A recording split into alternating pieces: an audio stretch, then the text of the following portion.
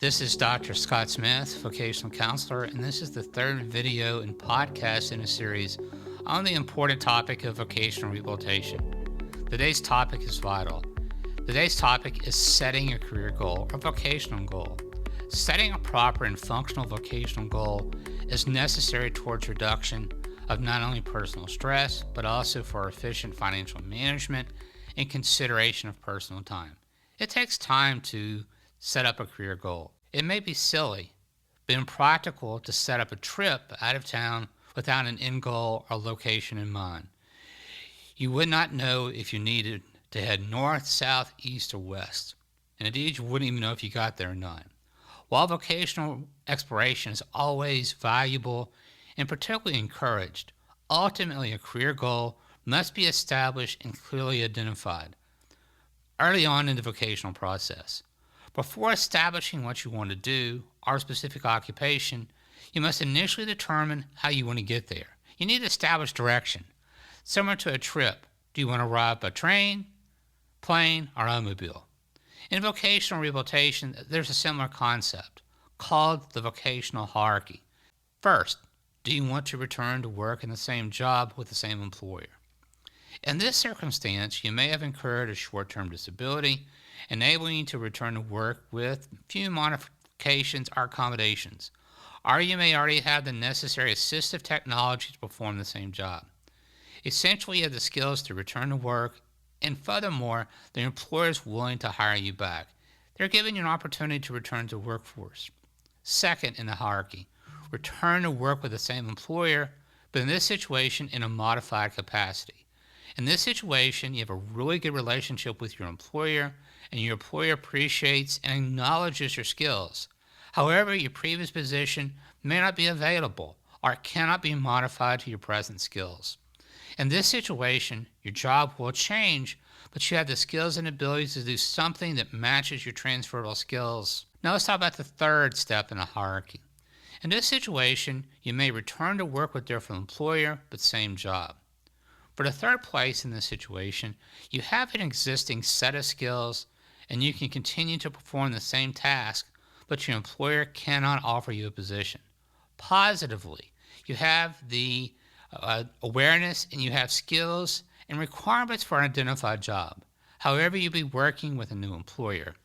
Similar to any transition, you must learn the new employees, your new boss, the corporate culture, and then likewise adjust to new working conditions. Another step in a hierarchy, the fourth step, is return to work with a different employer and a different job.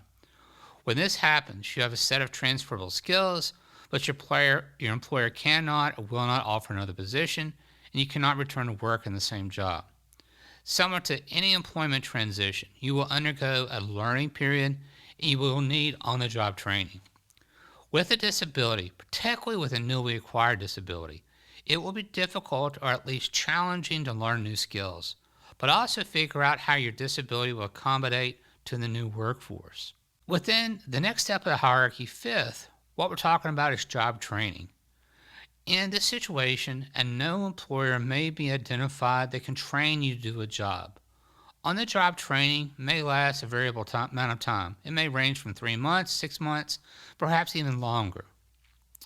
6, skills enhancement. In this situation, vocational services can identify a process such as job training or mentorship or job shadowing prior to your job search.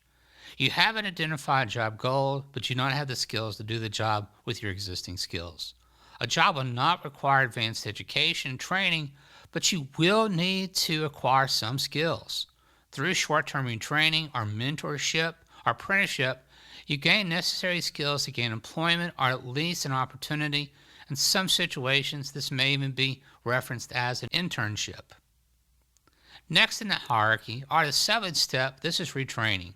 If the above options are not feasible, then a retraining program may be identified. Retraining programs may range from short-term certificate programs, such as certified nursing assistant, phlebotomist, non-destructive testing technician, or vocational technical programs such as licensed practical nurse, welding, or even automotive mechanics.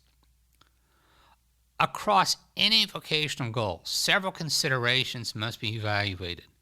length of training, expected wages, physical requirements to complete a job, intelligence, and also, importantly, cognitive requirements to complete a job, and finally, probable wages.